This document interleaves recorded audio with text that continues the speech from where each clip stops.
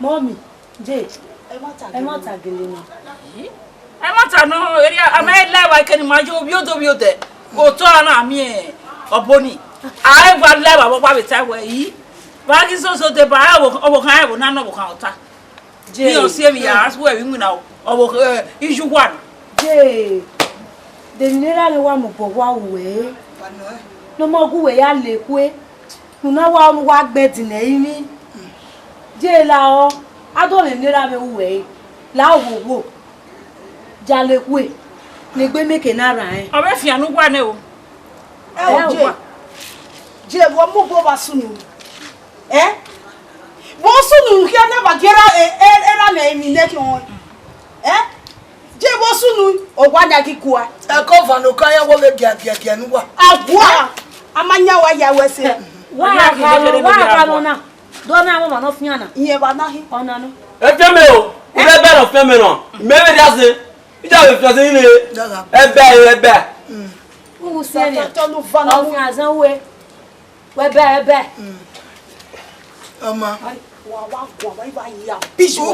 Na ke da e wa pa bo. No make na see e no so ko be ku na no fe. Ole na ta e pa yo ga. O bisu wa ye le ni. O bi je pa. O ke ba baba ni e le be. O ko ne ki ku se be. Eru da ne ra na tori e ona ya me sign. O mari go wa. E digiri go wo. Iya na ewe mi ogo ni e si wo gbo. Je ogbo na e ki ku e. Ogbo agbe. Wa ri e. E gbigbe e gboko e. Agbo mi wi se o. Obi su apa le le. Pa ikia. Lelele. Baba e wo le kwa si e.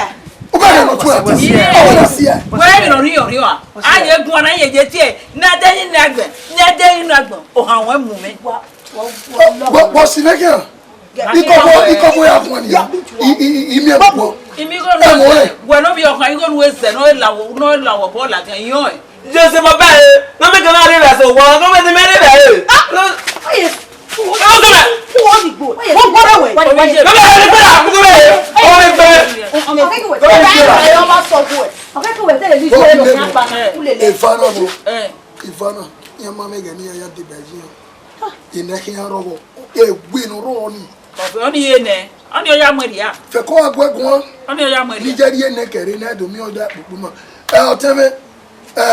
no mu oye zo bi no mwere okwo na wo kan no imale lo yare e keka wo gbo wa ni o le me na aje e ora me ki apa ni ne de agbesi na e ba e ma e de ka ma me be je bi agba ari e ba ga ri e ba e ari e ba ya nwa me na no ta se Baba ibi no ro e ko e na do pa no buya do ku e bi je me do ku o kan me yan ku imo bore o to ka ka je o te ma me te ro mo ni ku e ibi je mo do ku e te be nu no ji e we ogbe bata wo e kinu ona pa wo we Ije me ba be de na. E no pa. Made you know. aye ti e de ninu agbon Made. amade ninu agbon na Dejo. Anybody tell. Who you make you want no. Baba ogbo iwe. obi je Ogbo eri. agipa oye gun e o si e get tin You know, you know. Made.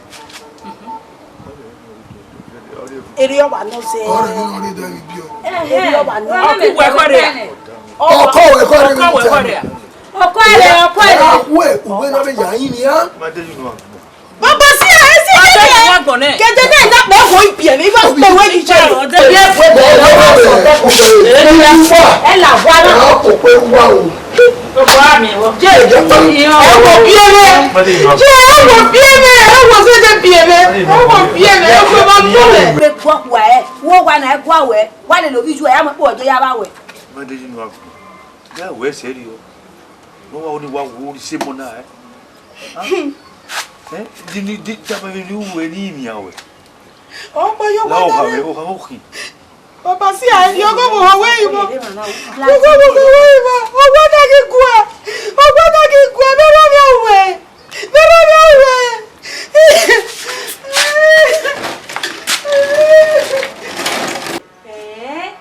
So, yeah. Wo wa se no ba bi ma ni ma na ba mu o ko ma be mo e.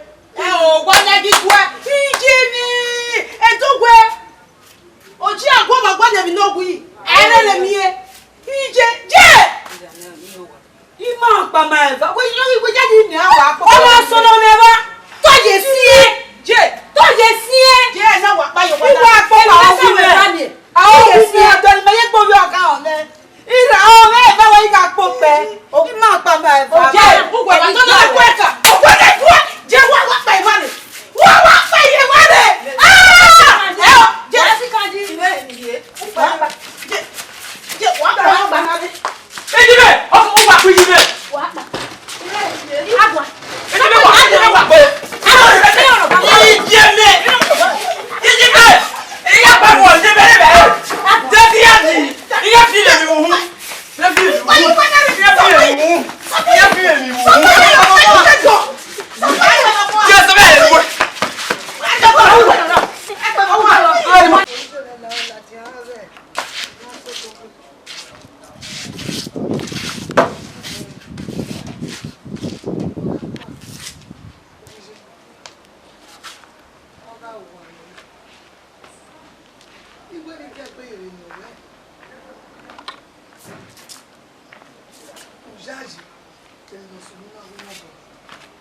Gafan, àwa kò yóò kúrẹ́. Ọgbẹ́ bí àrùn ni. Igúnmọ̀ rí gbé. Ìkànnì ẹ̀wọ̀n wà. Ibi máa pa máa ẹ̀bọ̀. Mo jẹ́ mi tẹ̀ gbẹ́dọ̀ àná mi. Èmi ní tàbá sọ́yìn ìwé tàbá fún wa. Ìmọ̀ àpá máa ẹ̀bọ̀. Òbọ̀ mẹ́rọ, òwẹ̀ mẹ́rọ, ìsàbọ̀ kejì òbọ̀. Ikuku ni wà ọmọ ẹ. Kúkú ni mẹ̀wá ọmọ èkú ẹ̀rẹ́ gbìbò ẹ̀. Ẹ̀nà pé ní tó náà. Àmẹ́tí yóò tọ̀ náà tá. Omi jẹ́ mi. Jẹ́wọ́ àṣẹrẹ mi. Ihe meti ba oge ma wee. Ihe meti isi emenu e. Ọmọ o. Izabu ekeju obo. Edogwa alugbo bagbera. Ana mari emi wo. Eyo ma era yo maru. Oge wa Ihe yere meti yo. isi eme ma wee. Ima apa ma eva izabu ekeju obo. Ìwọ́lùkẹ́ àṣẹrẹ rí ọ. Pẹ́lúkẹ́ ẹgbà ayẹrẹ rí ọ. Bíṣẹ̀lẹ̀ kẹ́ ẹgbà ayẹrẹ rí ọ. Italoko keka. Ima apa ma eva. Ihe meti gba ogwa me. Do he ni ke bi wo ni kana gba ogwa me. De ni ke ami ebo. Ìjà. Wo. Awe ma pa wo. Mẹ́wẹ́ fọkàmù. Wa ri no mai wa mo no mai yo won. Mẹ́wẹ́ fọkàmù náà. Ije ma pa wo. Mẹ́. Ah, je. Ẹ máa tẹ̀wọ́ ẹ̀ náà.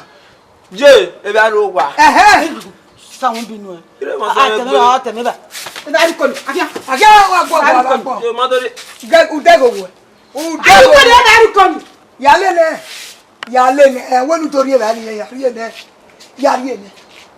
Ana mẹ́ta gẹ́ẹ̀nì. Wọ́n nítorí ẹ̀ bá ní yẹ. Akíyanu yàlẹ́ nẹ. Tó pa ènìyàn pa kàdíkwá rẹ̀ tó náà wẹ̀. Gẹ̀wá ajẹ́bẹ̀rẹ̀ o. Lẹ́nu bá tàbí òbí ẹ̀. Gẹ̀wá ajẹ́bẹ̀rẹ̀ o. Ẹ gẹ̀mí lọ pàwọ́ ni wọ́n mẹ́. Wọ́n ní ọ̀pá oní tàbí. Azebana, agazesien, ima akpama eva, ima denoba ogbonwa, ima akpama eva. Ọmọ ibi ọgbà. Ire ko no kewe gboda fún ẹ. Ima akpama eva. Ike me ti gboda fún me. Ọmọ na yo kule no kokunde. Iyo pa won yen eva we natale le negana. Ima akpama eva. Wa le jo gbo ye gbodo yo bo na wi me no. Wala ho. Ima akpama eva o, ima o. Wala wo. Ima akpama eva. Ekeni ari kan we ni asini ari.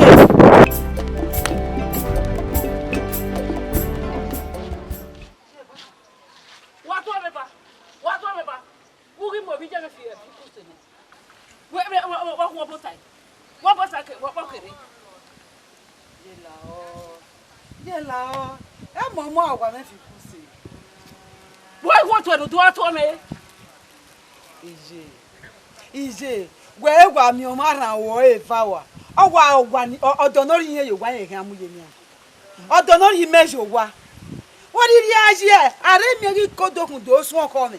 You were my one man. I give my women go carry home. Then he may give me a ball. Then he can be able. What they look at me about? What when you are? I be to work with a fire when my harbor or both again. What one more? I want to go with me. Who we my easy. I got a mega bow tie. Imapa.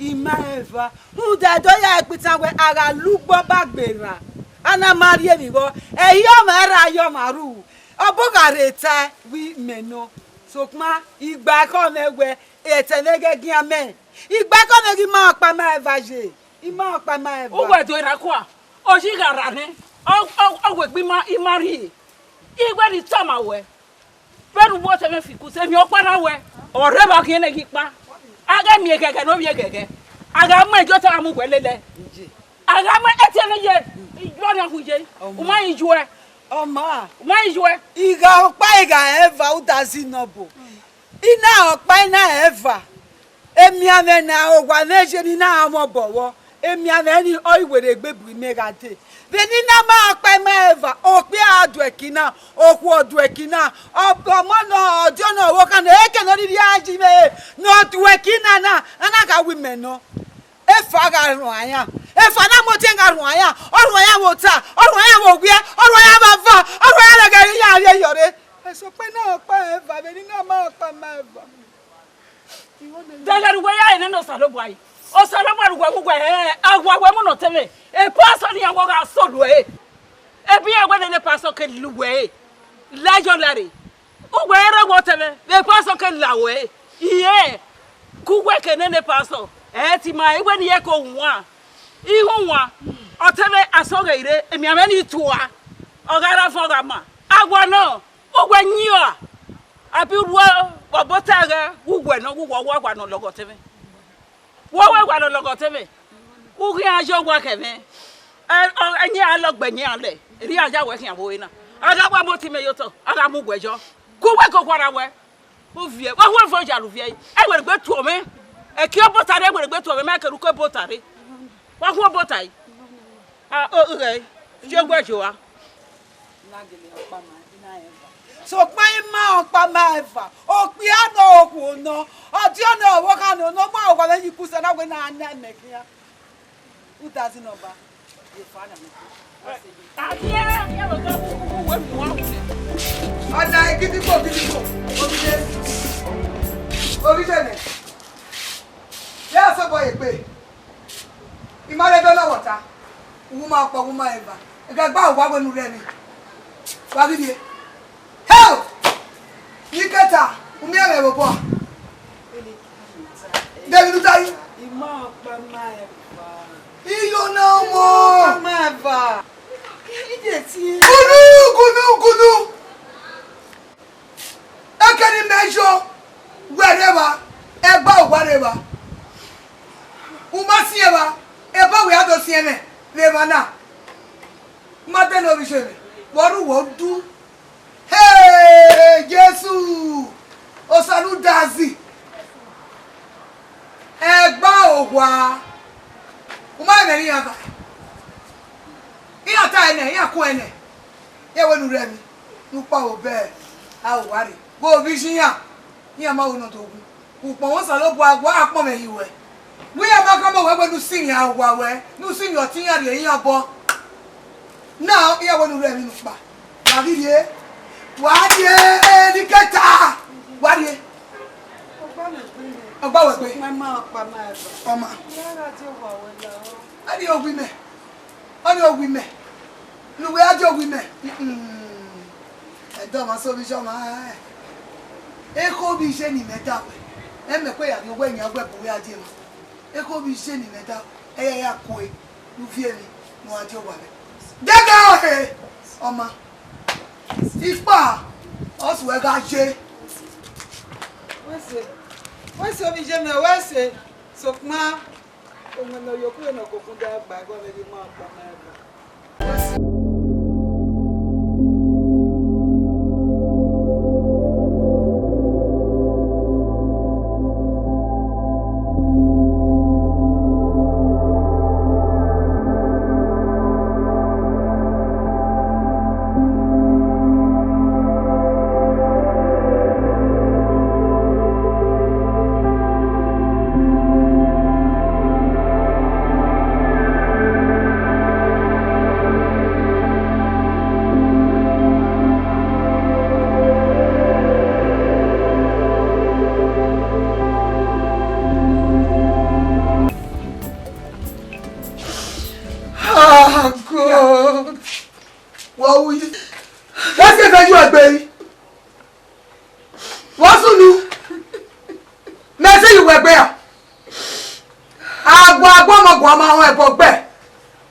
No wonder.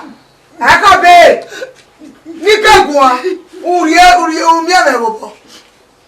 Imari ogwa we sinu gba no. Imagwe me gwe ni pa we imari no sunu. Gani aka ba gbene. Lagwa anu bi alagwa bi ma si we gbe ma imari ro pa ni we le na ye na. Ni na re we ajo gwa. E ko bi yo si e ni na re we ajo gwa. E ke bo mu bonu do ogwa we bodo. Ai ma ya gba yo go boni obota. Àwọn meso egbe ya fefe mi nu o te keke ni ewe ajowa de ko biye ni medawo yo gwa gwa la we gwa bure pe we gwa bure pe ma ri o do bi ma si yo we gbe ka ti iku we gwa bo ma si yo we gbe ya gbogbo eso yo gwa ma o pe fe ya re e fe la we gbe wa gbo tu ma onu la gwa nu ake o do ku po wa la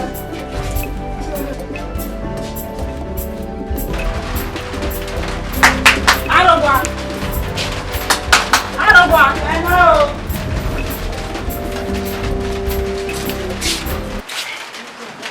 That's what man. What we do at one? Oh, what we should go for? It's not too late. We have to tell me I'm a what? Oh, not too late. What was over that? No, me or what? She went into Hama. She don't tell my work where I am here. I don't hear that. Oh, what I have to put in. Or two are more one year. Oh, e ki aka ma wona no ka je gbe nu wa ka je gbe nu aya bo popo lu ta be ro te meje lu ja se ayo gbe mi o jeje e bi e ba son e zeje me ro ka je o jeje o we lu po ni a wa so gbe yo so gbe aka ko gbe ni iwe do ka ma wa me gboko ni do ka mo fun wa ke ni ta ai jo mai jo ije we just mo gele se we ro pe ya be egwu gere Lucas ye be nu joji uma we be nu aya ra e udo na je te e ba na gwa e mi ga si nu de mu ya to gwa ya ko ne jo we tama wo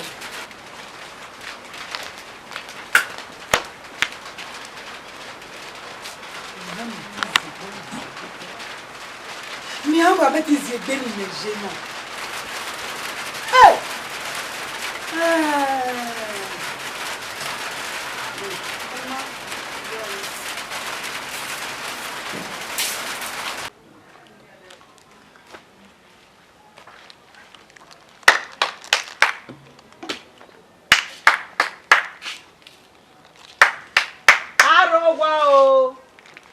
Arogwa Anikio Meno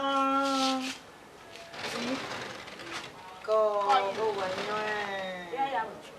Mo ho salobwa ko ile se dia na ile do na ri juwa we mayo ho be di no ikaze ki jevene iyo isa makpe makwe no pa yi mare yo asia menosioni iji me imajaji yo gbera be ri ebo wana o se me o magbe o se me iju we o we ka bi okwo be we ka na iju we fu lo o se me imasa meju nu tai yo gbera be ri uni ye na ejo o boy ami ebo imajaji iju ni magbe imajaji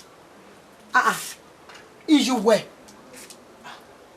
imajaji ye yo gbera be ri unu ye na ejo o boy ami ebo yo sie o nyaga bo ligi no roto na yo sie mi amenera me hu mi gbe so to imajaji egwi o ye wo kan we kin oma de kin orije wo na orogo ti o no di onoko no ru wo ebodo no di oni e ba ni oji doje ya mi o se me ni ma agwa le o pari no imajejaji ija la tu ma areba abi o ko be ya zen we me ma se o woda for wodo ma tebe do itu o we wodo ni eya na ga ha mi ma we otun dori ewe adie ede dia ere ma me wo ke ba gbon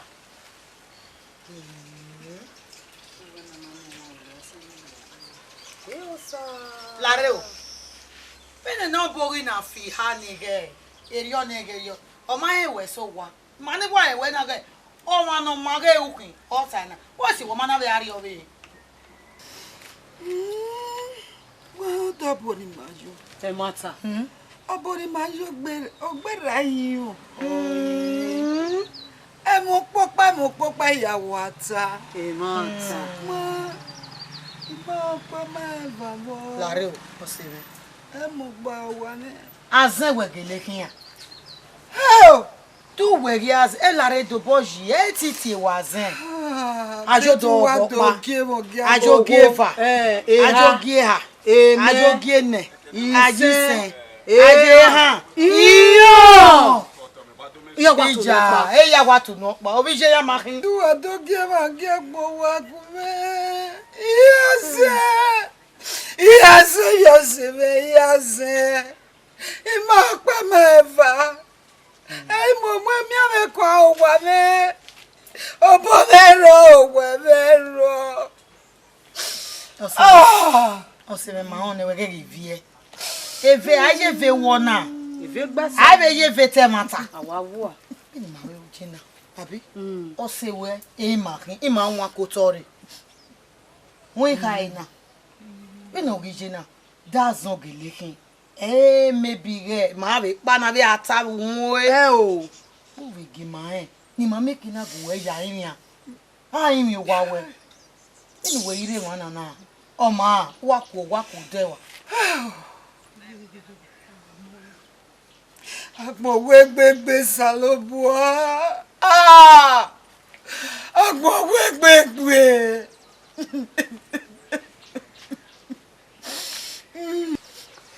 Oseme. Oh, tuna no wejina. Wo hibeje. Ireba.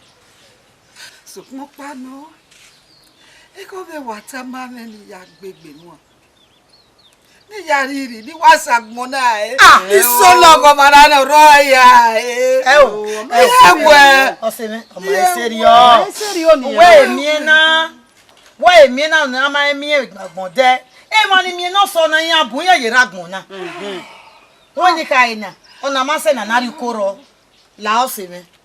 Me bizin gbe. Won me bizin gbe e bi na sunu na. Hai be so gwa e. Da be ja be go eyin mi a. Mama, I be agwali ni kere very gere dia. Eri no. Won no be manu. Oh, merci no. Abe agwali, ma agwali ni kere go. Ma, ona ma se na na gbegboa. Ona ma okin. Oma no ma okin. Only sa agbon kin ayen be ri o. Ma me so do. Waka. Otene ta mo me wu gba ni. Wu to time na waka ina bu ya na bo. Waka. Ima gbagbe ya. Ye rude no sunu be de ya meti we. Nla wo go ni yo bo gbe wa. La wo go la o. Owo mi we kin. Iwe mi we gbe. Wa sunu. E da me no temeta derio. Wa sunu. We na avi tota. Una tota. Otu we na siru gwe. Ona aro vie me. Ona aro vision. Ona ti de mazon ati mazen. We mo viazen. Una ari tota. Umeti tagbenu gbot obi. Una tota. Egun ewu o temi no di ono. Ya ro fie mi ban idware wahala la wowo. Owa ma be ni. Sis, le na mi na we egu ewu. Oto no di ono. Egu egbe. Wa une umu go yo to no di ohun. Uri oto yo. Uri eyo wa. O ma ise be di o. La wowo. Me we gbagbe. Omugo yo ti ohun o ma se. No ya mugo yo azon omugo yo ti ohun o ma se. Ika ha mo we derio. Ika yo boss ha mo we derio. Ina we nu megwan we gbin a. Uma ho megwan we gbe. O kwazan la iwe gbere. O ku budo biri la iwe gbere. Umo ga wo. Obi se me mo ga wa. Azan so ni we so ni na. Mo azin abije mo azin. Adede here we ri azin. We azin iju azin. O ma na we mi ban. Iju se ti do gbin anu e. Ima o ni ma do abi ese. Iwa o ni ma wa abi ese kakabo. Abi we ka abi ese. Ija, we ka abi ese a. E ka abi ese. Abi ese be nu na ka abi ese ni. Me wa o wa abi ese hian nu wa abi e. Ne gbe mi na wa ho ma bo wa. E aga ga abi e ba son. O ga wa won bu wa o gbi azere ima gwa lo.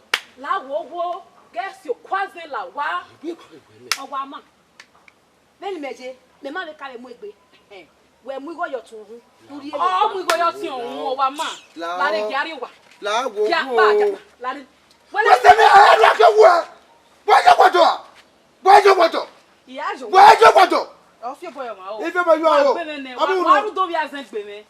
Efe, dede no we keza mu me de. Efe. La go we do. Oye mi we. Oye mi wo we ne. Oye mi wo, oye azan si we ne. Obi se me pa o. Ba, diari o ba, diari. Diari o wa. Oye wo we ne. Pisa lobo. Ira be mi ya. Hijini ogbogbolu na hin. Iju go wa ru ti mi afefe. Atami. Hijini. Wa ru bi na ya. O woni me pa mu a ko be na jina. Ina we okpia ni ba gu ye moto. O wa huira yo ye je no jina. Me me ki ju wa no. Amu a ko ma be. E wo pa otire. O wo pa ga ma oko. Eri ma ya ga ma oko we. Okpia ni da yin abira mi ba gu ye moto. O gbera me ri. Ima ite mu egbe. Ni ma kan ya buhari o wa ni ma ya yin mi ni ma ta ma we oto na.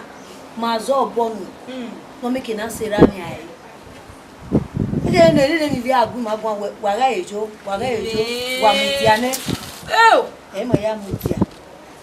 Before ma ko we ma ke du ladia.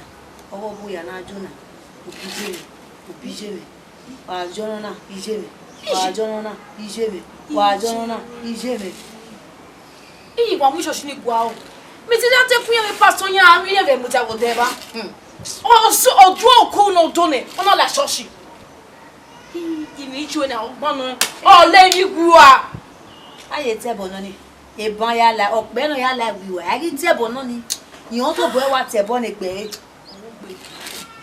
o to bo oladiabo ye je me wa le ni ju eni nu da we ogbo won no ma bi eyin wa hin wa le ni ya to so do mo da mo no do wa no agbon ye le ni egi bere mana gba kuku ene ma pe ma ku eno pa no make no gwa le ki ari egi tin ade mana bo yan agbera mewa egi re ma pa re ma bera mo pa igbare mana ki make kira me ko teme to ko no ire mana ise me ire ma pe no pa o bena wa ya ko go bo re bo wa tari ma ya ka me no pa eki tin ade ma gbu ko eki ti gbu pe gbo kwa e ma na we no pa o ya pa no ri e kino zo ki pa na bu pastor osunu ne ya to so wa wa se wa to wa isu eni mi zano o ki asegi emi la e koko ma wa ya neru o yo kana le dana yi asa Ma, we ajei agosa. uri e ba ne ya ku e bon wa de pese bo wa ni gbo we de ba ne ari me go yo we ba o esi e O ma gbe me si. uri na na gbo o ti me na gbo we O che mi azeno. go me ba gro wa te me ga se no Azeno. O ma gbe me si. O gbe me. ije wo gwa na o gwa na bu me de wo ri e O we asad. salo bo na gbo e o ma ji wa ma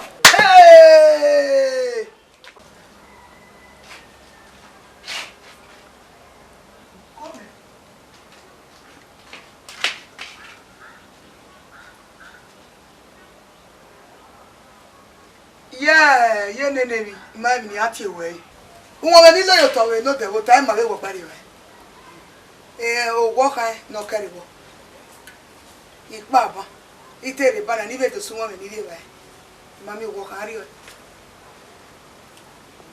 sta me ma ri we ama ko ni wo isan se ade ma ri we hiyo salo bo me ma wo pa paro wa na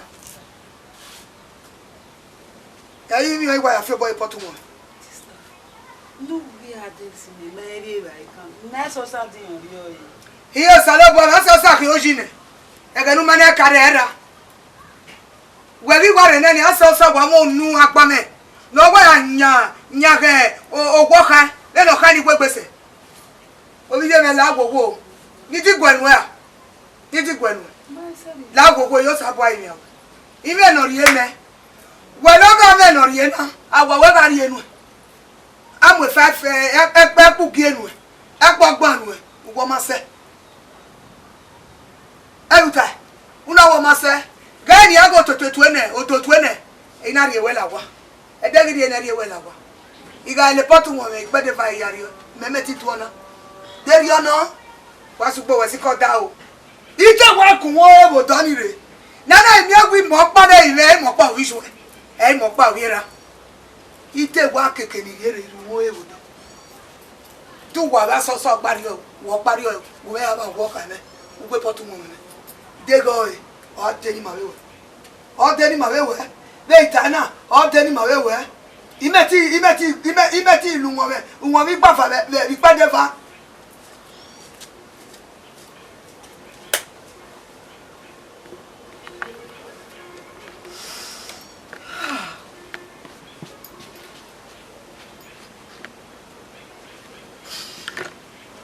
merororo atazie no fia jo mapo anali be fiana o bien na fiana ji mene to bi me isi eri no ma andi ata ro do wo kan me o kan ni ba ya o me bege ama wi ki ani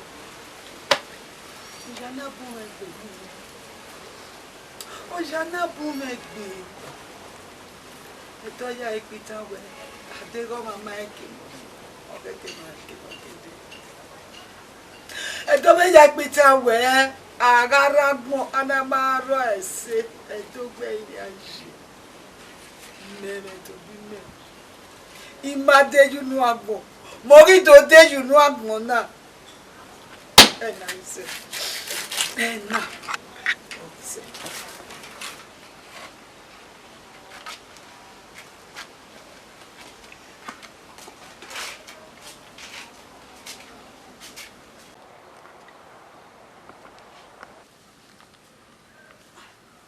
Me I beg you.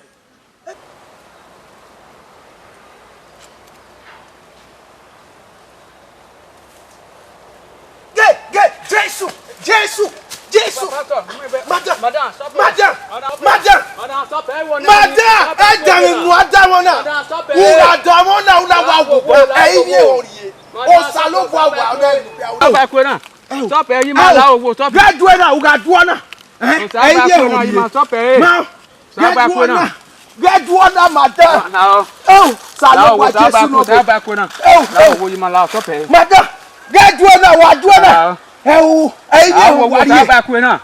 I never your pano salobo aseti.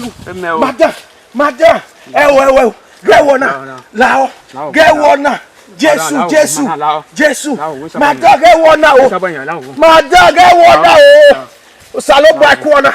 Uga wa na eni e wari. Ekewe wa mi na wa ye ni. No osona. Ma. Go. I mean your pano salobo ati. Madam, I mean your pano salobo ati. Bumexia! Malao saba ku na. Bumexia! Go. Bosunu. I mean your pano salobo aseti o. Ah? I mean your pa.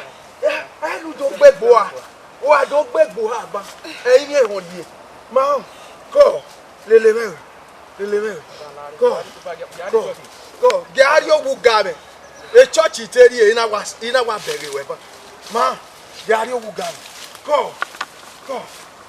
Esutore. Go. Osawesi. Osawesi. I mean your pan osalubo I said to you. Then why take gbegbo a? Emma. Go. Doctor, usowu ga me. Ebe no wa ke di ma wa no 11 year adin am e fa. Go. Mami enu wate uba. Osawesi ubaba wesi. Oko dudu wesi. Then ina no sa ina zo yo ba we gume ya mi emeba pa. Ime wa ke me wa ge ni iwa gba o we se ka we. Ina se ge we no la wo we na go we si mi we. Enu we wa uni awada o salobwa wa yi. Wa urba wa we bo no wa wu. O ko no ba yo. O nyenyenye wo bo salobwa. Ariawe oye nyenyenye Emma o no ba li o. Madam ewe. Ma o salobwa. Ani ni o pa ne setting. Okun ni ni e gedegbe una rule bo sade o mi we. Ma o de hodo. Ma God. Baba. We give